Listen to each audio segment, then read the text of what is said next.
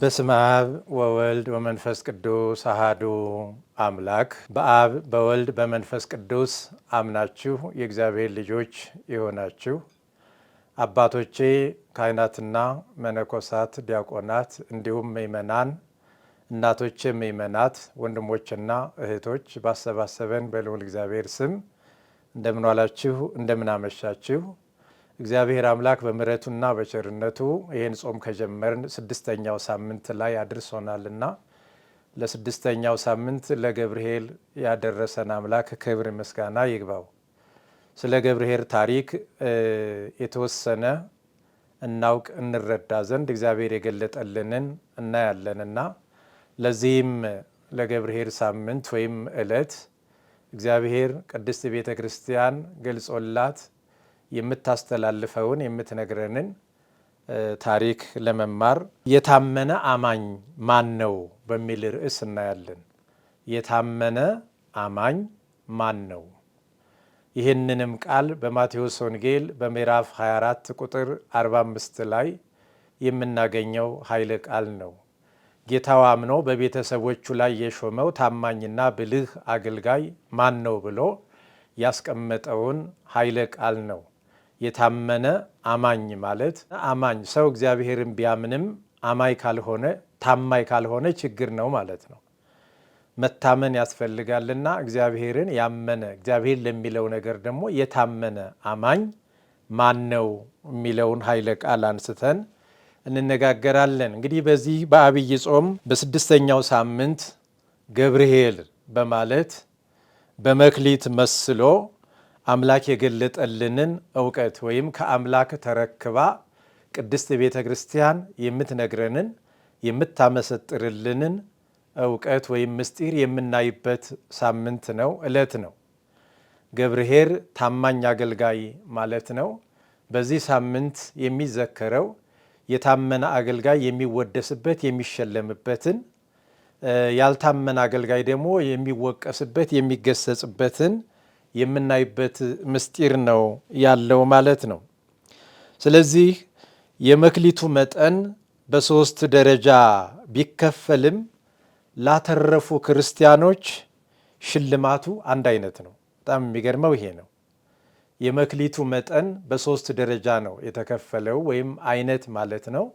ይህም ማለት ለአንዱ 5፣ ለአንዱ 2፣ ለአንዱ 1 ሰጥቶ ወደ ሩቅ አገር እንደሚሄድ ሰው ባሮቹን ጠርቶ አደራ ሰጣቸው ወይም የሚነግዱበት የሚያተርፉበት መክሊት ሰጣቸው ይልና በአንድ መክሊትና በሁለት መክሊት በሶስት በአምስት መክሊት ተሰጡ ተብሎ የሚነገሩ ሰዎች አጠቃላይ ሁላችንንም ሕዝበ ክርስቲያን የሚመለከት የሚያጠቃልል ምስጢር ነው እንጂ የመክሊቱ አይነት የጸጋው አይነትና መጠን በእነዚህ በሶስት ደረጃ ተከፍሎ በስተመጨረሻ በሶስቱም መክሊቶች ላተረፉ የሚሰጠው ዋጋ ሽልማት ግን አንድ አይነት ነው።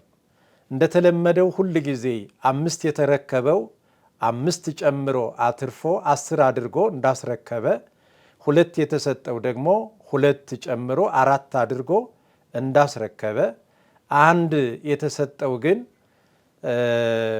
ያለችኝ አንድ ናት ይችኑ ደግሞ ባስወስዳትስ ብሎ ፈርቶ ስቀባጥር ብቸገርስ ብታሰርስ ሌላስ ብሆን ብሎ ቀብሮ ያቆየ መሆኑን የሚገልጽ ቢሆንም ቀብሮ ያቆየው በስተመጨረሻ ግን ቀብሮ በማቆየቱ እንዳልተመሰገነ እንደተወቀሰ የሁል ጊዜ ትምህርታችን ትውስታችን ነው የሚሆነው ማለት ነው። በተሰጠው መክሊትና ጸጋ ሳያገለግሉ ሳያተርፉ እኔ ክርስቲያን ነኝ፣ እኔ የክርስቶስ አካል ነኝ፣ ቅርንጫፍ ነኝ ማለት እንደማይቻል ነው የሚያስረዳን ማለት ነው። ሁላችንም መንግሥተ ሰማያትን ወራሽ ነን፣ መንግሥተ ሰማያትን ፈላጊ ነን። የተፈጠርንበት ዓላማ መንግሥቱን እንድንወርስ ስሙን እንድንቀድስ ነውና እግዚአብሔር ለፈጠረን ለዚህ ለተቀደሰ ዓላማ እንውል ዘንድ አእምሯችን አምኖ ጠንክረን ወደዚህ ጉዳይ የምንገሰግስ ከሆነ መንግሥቱን ለመውረስ የአስተሳሰብ ችግር እንጂ የአቅም ማነስ ችግር ያለበት ሰው አይኖርም ማለት ነው። መንግሥተ ሰማያት የእግዚአብሔር ልጅ ሆኖ የእግዚአብሔር ቤተሰብ ሆኖ የእግዚአብሔርን አንድነት ሦስትነት አምኖ ክርስቲያን ነኝ ብሎ ተጠምቆ ክርስትናን ተቀብሎ የሚኖር ከሆነ ለክርስቶስ ቤተሰብ ነው።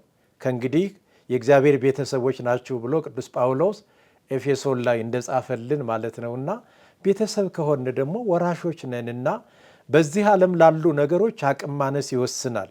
ብዙ ችግር ወደኋላ ያስቀረናል። የእግዚአብሔርን መንግሥት ለመውረስን ግን የአቅም ማነስ ችግር ያለበት ሰው ፈጽሞ እግዚአብሔር አልፈጠረም ማለት ነው። አንድም የመንግሥተ ሰማያትን መስፈርቷን ገነት መግቢያ መስፈርቱን የሚያስቀምጥ እግዚአብሔር ስለሆነ ባረዳድ ችግር ባስተሳሰብ ችግር እንጂ በአቅም ማነስ ችግር መንግሥተ ሰማያት ከመግባት የሚቀር ሰው የለም ማለት ነውና ስለዚህ ባስተሳሰብ ችግር ወደኋላ እንዳንል እግዚአብሔር ማስተዋሉን ጥበቡን ያድለን። ያለ ስራ የሚጸድቅ ማለት ያለ አገልግሎት ያለ በጎ ስራ ያለ ምግባር የሚጸድቅና ለበጎ ስራ ለመልካም ነገር መክሊት ያልተሰጠው ፍጡርም የለም። እግዚአብሔር ፈጥሮ አያውቅም። ያለ ስራ የሚጸድቅ ሰው አልፈጠረም። ለስራ የሚሆን መክሊት የሌለው ሰውም አልፈጠረም። ስለዚህ ከላይ ከሊቃነ ጳጳሳት ጀምሮ እስከ ታች እስከ 7 ዓመት ልጅ ድረስ ያለን ሰዎች በአቅማችን ልክ እግዚአብሔር አብሮን ይሰራል። በአቅማችን ልክ የምናገለግልበት በጎ የምንሰራበት እግዚአብሔር መክሊት ይሰጠናል ማለት ነውና መክሊት ያልተሰጠው ሰው እስከሌለ ድረስ ሁላችንም በመክሊታችን አትርፈን እንድንሸለም ማስተዋሉን ጥበቡን ያድለን። መክሊት የሰጠ ባለጸጋ አለ። መክሊት የተቀበሉ አገልጋዮች አሉ። ይህ ምሳሌ ነው። መክሊት የሰጠ ባለጸጋ የተባለው ወንጌሉ እንደሚለው ወደ ሩቅ አገር እንደሚሄድ ሰው አገልጋዮቹን ጠርቶ 5 እና 2 1 እንደየአቅማቸው መክሊት ሰጣቸው። ከብዙ ጊዜ በኋላ ሊተሳሰባቸው መጣ፣ ጠየቃቸው ነው የሚለው። ከብዙ ጊዜ በኋላ ይህ ባለጸጋ የተባለ እግዚአብሔር ነው። ሁሉ ያለው ሁሉን የሚያበለጽግ እግዚአብሔር ነው ማለት ነው። ከብዙ ጊዜ በኋላ ነው የሚለው። ዕለት ዕለት አላሰጋቸውም፣ ዕለት ዕለት አላስጨነቃቸውም። በዚህ ውስጥ ምን ምስጢር አለ ማለት ነው? ድሆች ላይ ገንዘብ ያላቸው ብሉ ባለጸጋዎችም ከዚህ መማር ይኖርባቸዋል። ዕለት ዕለት ማስጨነቅ፣ ጤና ማሳጣት፣ እንቅልፍ ማሳጣት ሳይሆን በቂ ጊዜ በመስጠት በተገቢው ጊዜ መጠየቅ እንጂ ገና ገንዘብ ሰጥቻለሁ ብሎ ድሃን ማስጨነቅ እንዳይኖር የሚያመሰጥር ቃል ነው ይሄ ማለት ነው። ብዙ ዘመናትን ነው የሚለው። ብዙ ዘመናትን ቆይቶ ከብዙ ጊዜ በኋላ ሊተሳሰባቸው መጣ ነው የሚለውና ያንን ያመሰጥራል። 3ቱ አገልጋዮች የሁሉም ጾታ ምእመናን ምሳሌ ነው ማለት ነው። ቅድም እንዳልኩት ከሊቃነ ጳጳሳት ጀምሮ እስከታች ያሉን ሰዎችን በሙሉ የሚያካትት የኛ ምሳሌዎች ነው የሚሆኑት ማለት ነው። መክሊት የሚለውን ብዙ መመሰል ይቻላል። ከብዙ በትንሹ ግን ወደ 12 የሚደርሱ ምሳሌዎችን ማንሳት እንችላለን። መክሊት በወንጌል ትመሰላለች። ወንጌል ክፉና ደጉን ለይታ የምታሳውቅ ኃጢአትን የምትደመስስ ሁሉን ነገር የምታስተካክል ናትና ወንጌል ያልተሰበከለት ሰው የለም፣ በወንጌል የማይመራ ክርስቲያን የለምና ወንጌልን ሰምቶ ወንጌልን ተምሮ በተማሩት መሰረት መጓዝ ማትረፍ ስለሚሆን ማለት ነውና ወንጌል መክሊት ናት። ሁለተኛ የሥነ ምግባር ትምህርትም መክሊት ተብሎ ሊመሰል ይችላል።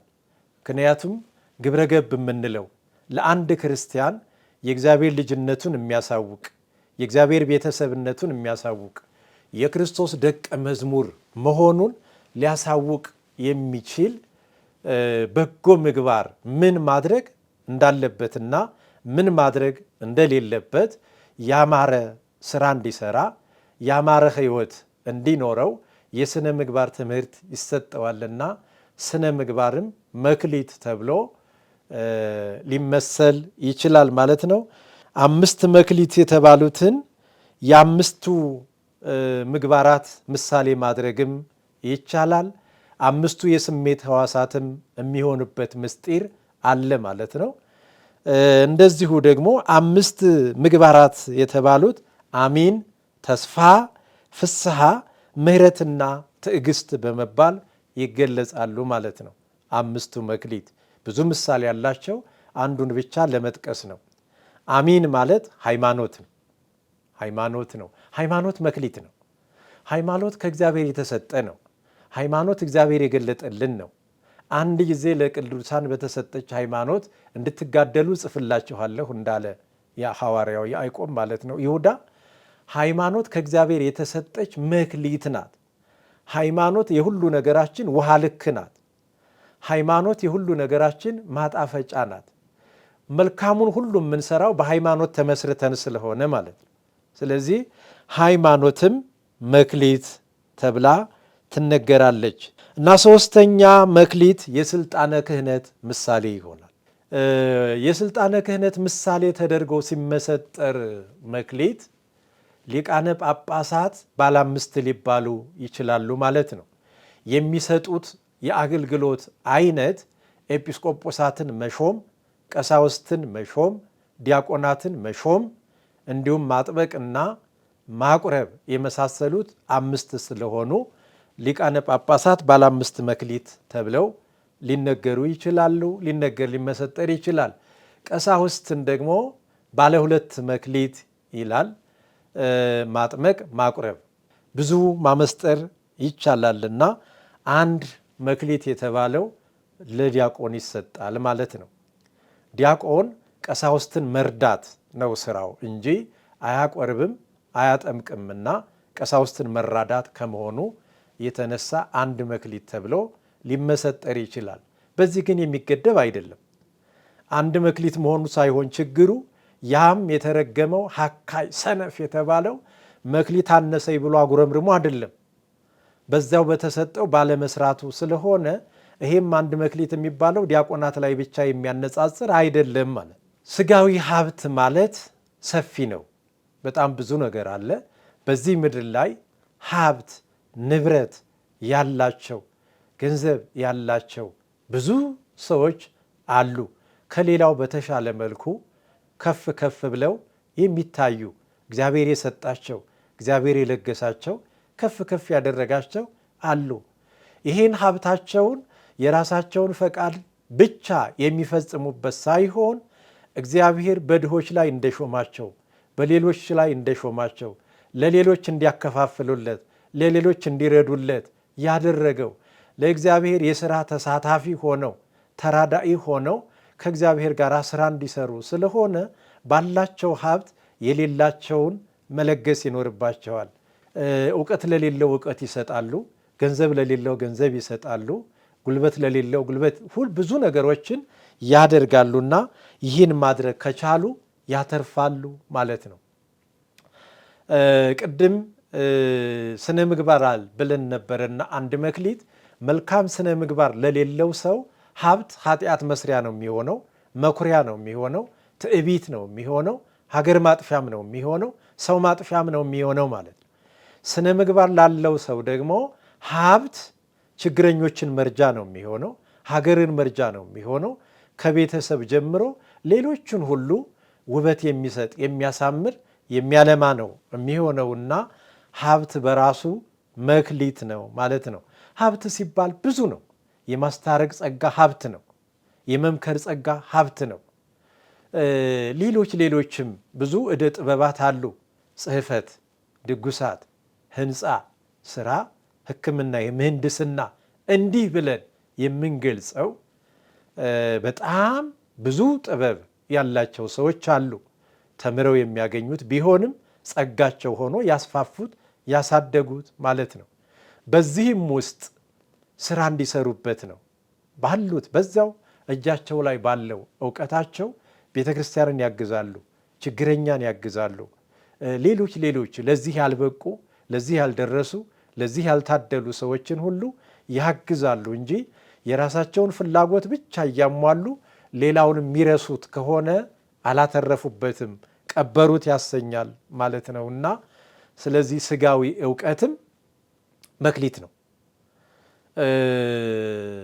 ለምሳሌ እውቀት ያለው ሰው እውቀት በሌለው ሰው ከኮራ አላተረፈም። እውቀት ያለው ሰው እውቀት በሌለው ሰው እንደኔ ለምን አላወቀም፣ እንደኔ ለምን አልተረዳም፣ እንደኔ ለምን አላሰበም ብሎ ከተቆጣ፣ ካኮረፈ፣ ተስፋ ከቆረጠ፣ ካገለለም በመክሊቱ እያተረፈ አይደለም። እውቀት ያጣውን እውቀት በመስጠት ወደ እሱ እንዲጠጋ ማድረግ በመታገስ ውስጥ ሆኖ ከቻለ ይሄ ሰው በመክሊቱ እያተረፈ ነው ማለት ነው እና ስጋዊ እውቀትም መክሊት ተብሎ ሊገለጥ ይችላል ማለት ነው። ሌላው ስድስተኛ ላይ ልቦና መክሊት ይባላል። ቅዱስ ጳውሎስም ለጢሞቴዎስ ለልጁ እምነትና በጎ ሕሊና ይኑርህ ብሎ እንደጻፈልን ማለት ነው። እዛ ወንጌሉም ላይ አይምሮን የውስጥ አይምሮን ባንተ ያለው ብርሃን ጨለማ ከሆነ ጨለማ ውስጥ እንዴት ይበረታብህ ይላል። ዓይንህ ታማሚ ከሆነ ሁሉ ነገር ችግር ነው። ዓይንህ ጤናማ ብሩህ ከሆነ ሁሉ ስራህ ሁሉ ነገርህ መልካም ነው ካለ በኋላ አይምሮን ልቦናን ያነሳል ማለት ነው። ታማሚ ከሆነ እውር ከሆነ ማያይ ከሆነ ይላልና ብሩህ ልቦና፣ ንጹህ ልቦና፣ ልብ የሚጠበቅ ነው። እንዳውም ሰሎሞንም ይላል አጥብቀህ ልብህን ጠብቅ የሕይወት መውጫ ከእርሱ ነውና ብሎ ይናገራል። ሰው መልካም የሚሰራው ብዙ ነገሮችን መልካም የሚያደርገው በልቡ አስቦ ነው። ዓይኑ ቢያነብም ጆሮው ቢሰማም የሚያጠነጥነው የሚጻፈው ልብ ላይ ነውና ከልብ ወጥቶ ነው ሁሉ ነገር የሚደረገውና ልቦና ላይ የማይሆን ነገር እንዳይጻፍበት የማይሆን ነገር እንዳይታሰብበት ልቡና ከክፉ ነገር ታጥቦ ንጹህ ነገርን የሚይዝ ስለሆነ መልካም ልቦና፣ ንጹህ ልቦና መልካሙን ነገር የሚይዝ የማይረሳ የሚያስብ የሚያስታውስ መልካም ልቦና መክሊት ተብሎ ይገለጻልና ያንንም እንድናይ ነው። ሌላ ሰባተኛ ልጅነት በራሱ መክሊት ነው። ልጅነት መክሊት ነው። ያ ማለት የእግዚአብሔር ልጅነት ማለት ነው። ከእግዚአብሔር ልጅነትን ያላገኘ ሰው የለም። ከእግዚአብሔር ልጅነትን በክርስትና እምነት ውስጥ በኦርቶዶክስ ተዋሕዶ ሃይማኖት የታቀፈ ሰው ሁሉ በእግዚአብሔር በጸጋው ልጅነትን እንድናገኝ አድርጎናል አድሎናልና የእግዚአብሔር ልጆች ለመባል ከታደል የእግዚአብሔር ልጆች የመሆን ጸጋውን ስልጣኑን ከተሰጠን ይሄ በራሱ ልጅነት ጸጋ ስለሆነ ይሄን ልጅነት ይዘን እናተርፍበታለን፣ እንነግድበታለን። ምክንያቱም እኔ እግዚአብሔር ልጅ ነኝ፣ እግዚአብሔር አባቴ ነው፣ ደግሞም ወራሹ ነኝ። ወራሹ ከሆንኩ ደግሞ ለውርስ የሚያበቃኝን ተግባር አከናውናለሁ ማለት ነው። ያለ አገልግሎት ውርስ የለም። ያለ መልካም ጸባይ ውርስ የለም። በዚህ ምድር ውርስ ባይኖርም መኖር ይቻላል በራስ ዕድል በራስ ጸጋ። በላይኛው ዓለም ግን እግዚአብሔር ካላዋረሰ መኖር አይቻልም። ገሃነመ እሳት ነው የሚሆነው ማለት ነው። ስለዚህ መንግሥተ ሰማያትን ለመውረስ ደግሞ የልጅነት ድርሻን መውጣት፣ በልጅነት ምግባር፣ በልጅነት ስርዓት፣ በልጅነት ሕግ፣ በልጅነት ፍቅር መኖር የግድ ይላል ማለት ነውና ልጅነት በራሱ መክሊት ነው ማለት ነው። መክሊት ነው። ልጆቹ ከሆን ወራሾቹ ነን እንዳለ ቅዱስ ጳውሎስ በሮሜ መልእክቱ ምዕራፍ 8 ቁጥር 17 ላይ ልጆቹ ከሆን ወራሾቹ ነን፣ አባ አባት ብለን የምንጮህበት የልጅነት መንፈስን ሰጠን ይልና ልጆቹ ከሆን ወራሾቹ ነን ይላል። አብረን እንድንከበር አብረን መከራ እንቀበል ይላል። ስለዚህ አንዳንድ ጊዜ እንኳን የእግዚአብሔር ልጅ መባል ይቅርና የሽማግሌ ልጅ ለመባል የሚያሳፍር ስነ ምግባር ይዞ የእግዚአብሔር ልጅ ነኝ ማለት አይቻልም። በመክሊት ማትረፍ የሚቻለው የእግዚአብሔርን ልጅነት ሳይረሱ የአባት ምክርን ሳይረሱ አባትን ወዶ አባትን አክብሮ ሕጉን እየጠበቁ በቤተሰብነት ደረጃ መኖር ሲቻል ማትረፍ ይቻላል ማለት ነው። ስምንተኛ ላይ እመቤታችንን መክሊት ልትባል ትችላለች። በአማላጅነቷ የምናገኛቸው በረከቶች የምናገኘው ድህነት ሰፊ ነውና ሀተታው እንዳይበዛ እያሳጠርኩኝ 9ኛ ላይ ስንሄድ ቤተ ክርስቲያንም መክሊት ናት። ለእኛ የተሰጠች መክሊት ናት። በቤተ ክርስቲያን በትምህርቷ ተማርከን ቤተ ክርስቲያንን ከበን ቤተ ክርስቲያንን አክብረን ልጅነትን የምናገኘው በዚች ቤተ ክርስቲያን ነው። ቅዱስ ሥጋውን ክቡር ደሙን የምናገኘው በዚች ቅድስት ቤተ ክርስቲያን ነውና ለቤተ ክርስቲያን ተገቢውን ክብር በመስጠት ቤተ ክርስቲያን የምትለንን ሁሉ በመስማት ምስጢራትን ሁሉ የምንፈጽመው በዚህ ቤተ ክርስቲያን ነውና በቤተ ክርስቲያን ለድህነታችን የሚያስፈልጉ ተግባራትን ሁሉ ማከናወን የምንችለው በዚህ ቅድስት ቤተ ክርስቲያን ነው። ከቤተ ክርስቲያን ውጭ ሆነን ሌሎች ነገሮችን የድህነት ጉዳይ ማከናወን አንችልም። የሚሰሩ ትሩፋት ቢኖሩም የሚሰሩ በጎ ስራዎች ቢኖሩም እንደ ጥምቀት እንደ ሥጋ ወደሙ ያሉ የመሳሰሉት ምስጢራት የቃል ኪዳኑ ታቦት ጭምር የሚኖረው በቤተ ክርስቲያን ነውና ቤተ ክርስቲያንም በመክሊት ትመሰላለች። በጎ እየሰራን እየተማርን ካላተረፍንባት ግን የአባቴ መቅደስ በማለት ብቻ ሊሆን አይችልም ማለት ነውና 10ኛ ዕድሜ በራሱ መክሊት ነው። የሰው ዕድሜ መክሊት ነው። በተሰጠን ዕድሜ በጎ ሳንሰራበት፣ በተሰጠን ዕድሜ ንስሐ ሳንገባበት፣ በተሰጠን ዕድሜ ሥጋ ወደሙ ሳንቀበልበት የምንኖር ከሆነ ችግር ነው የሚሆነው ማለት ነው። ስለዚህ በዕድሜያችን መልካም መስራት ነገ ሳንል ተነጎዳ ሳንል ሳናመነታ በተሰጠችን ሰዓት ሁሉ መልካም የሆነውን ተግባራት ማከናወን ከኛ ይጠበቀናልና ዕድሜ በራሱ መክሊት ነው። 11ኛ ሰንበትም መክሊት ናት። ዕለተ ሰንበት መክሊት ናት። ምክንያቱም በዕለተ ሰንበት አእምሯችንን እናንጻለን። ሃይማኖት አለኝ ብንልም በሃይማኖት ካልታነጽን አይሆንምና በተቀደሰች ሃይማኖታችሁ ራሳችሁን አንጹ ብሎ ሐዋርያው እንደተናገረ የሰው አእምሮ የሚታነጸው በዕለተ ሰንበት ነው። የተጣላ መክረን የምናንጸው በዕለተ ሰንበት ነው። ያዘነ መክረን የምናጽናናው በዕለተ ሰንበት ነው። ስለዚህ ብዙ በረሃብ የሚጎሳቆለውን ሰው አብልተን አጥግበን እንዲያንቀላፋ እርፍ እንዲል የምናደርገው በዕለተ ሰንበት ነው። ስለዚህ በሰንበት ተገቢ የሆነውን በትክክል ሰማያዊ ትርፍ እውነት እግዚአብሔር አምላክ መንግሥተ ሰማያትን ያክል ቦታ እኛ በትንንሽ ትሩፋት ነግደን እንድናገኘው ነው ያደረገውና እንድናገኛት ነው ያደረገውና በዕለተ ሰንበት መስራት የሚገባንን ማድረግ የሚገባንን አድርገን በመክሊታችን እንድንሸለም ዋጋ እንድናገኝ እግዚአብሔር አምላክ ፈቅዶልናል ማለት ነው። 12ኛ አካለ ክርስቲያን በራሱ መክሊት ነው። ሰውነታችን ማንነታችን መክሊት ነው። ታዲያ መክሊቱን እንደቀበረው ሰው ብዙ ምእመናን ሥጋ ወደሙ ተቀበሉ ሲባሉ እንኳ እንደ ሰነፉ አንዳንድ ሰነፍ ሰው አርቄ አስተዋልሁ ይልና ማስተዋሉ ግን ሲያተርፍ ሳይሆን ሲያጎል ስለሆነ የሰነፍ ንግግሩም የማያምር ስለሆነ እነገሌ ቆርበው እንዲኮኑ እነገሌ እንዲኮኑ እነገሌ እንዲህ ናቸው በማለት እፈራለሁ፣ ጽድቅ እንደሆነ አውቃለሁ፣ እንደሚያስፈልግ አውቃለሁ፣ ግን እኮ ቁርባን ቀልድ አይደለም እኔ እፈራለሁ አይሆንም በማለት ከሥጋ ወደሙ ሸሽቶ እንዲሁ የሚኖር ሰው መክሊቱን እንደቀበረውና አንተ ሰነፍ እንደተባለው ሰው ነው የሚሆነው ማለት ነውና በዚህ ሰውነታችን እግዚአብሔርን ማንገስ ይኖርብናል። ኃጢአትን ሳይሆን የእኛ ሰውነት ለእግዚአብሔር መቅደስ ሆኖ ቤተ መቅደስ ሆኖ ሥጋችን መቅደስ ነፍሳችን ካህን ሆና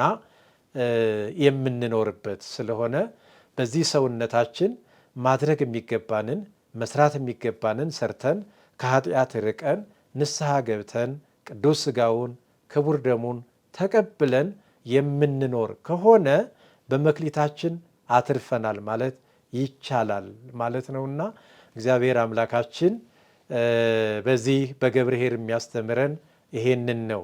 ሰው ኃጢአት መስራት ብቻ ሳይሆን ችግሩ ያወቀውን ደግ ነገር ወደ ሰው አለመሸጋገርም ያወቀውን ደግ ስራ አለመስራትም በራሱ ኃጢአት ይሆናልና መልካም ነን የምንል ሰዎች በሙሉ መልካም መሆን የቻልን ሰዎች በሙሉ መልካም ያልሆኑት መልካም እንዲሆኑ የበኩላችንን የምንወጣ የበኩላችንን የምንሰራ ድርሻችንን የምንወጣ ከሆነ በመክሊታችን እናተርፋለን ማለት ነው።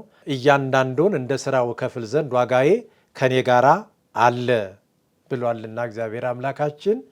ስለዚህ ሳይሰሩ በጎ ሳይሰሩ በእምነት ላይ ተመስርቶ በሃይማኖት ላይ ተመስርቶ ሃይማኖት የሚያዘውን ተግባራት ሳይፈጽሙ እንዲሁ የሚጸድቅ ሰው የለምና ለጽድቅ የሚሆን ለመንግሥተ ሰማያት የሚሆን በጎ የሚሰራበት ደግሞ ጸጋ መክሊት ያልተሰጠው ሰው የለምና እግዚአብሔር ያልሰጠው ሰው ምንም አይኖርም፣ ከእግዚአብሔር ያልተቀበለ ምንም አይኖርምና ይትሌካ ኃጥእ ወኢይፈዲ ብሎ ቅዱስ ዳዊት እንደተናገረ ማለት ነው። ኃጢአተኛ ላይከፍል ይበደራል የሚል ቃል አለ። ስለዚህ ከእግዚአብሔር ያልተሰጠ ነው፣ ከእግዚአብሔር ያላገኘ ነው ምንም የለምና ከእግዚአብሔር ያገኘነውን ነገር ሁሉ በአግባቡ የምንሰራበት ከሆነ መክሊት ማትረፍ ነው ማለት ነው። የታመነ አማኝ ማን ነው ሲባል እግዚአብሔርን አምኖ እግዚአብሔር የሰጠውን መክሊት በአግባቡ የተጠቀመ ያተረፈ ነው ማለት ነው። ለነበረን ጊዜ እግዚአብሔር የተመሰገነ ይሁን። ወስብሐት ለእግዚአብሔር ወለወላዲቱ ድንግል ወለመስቀሉ ክቡር። ይቆየን። አሜን።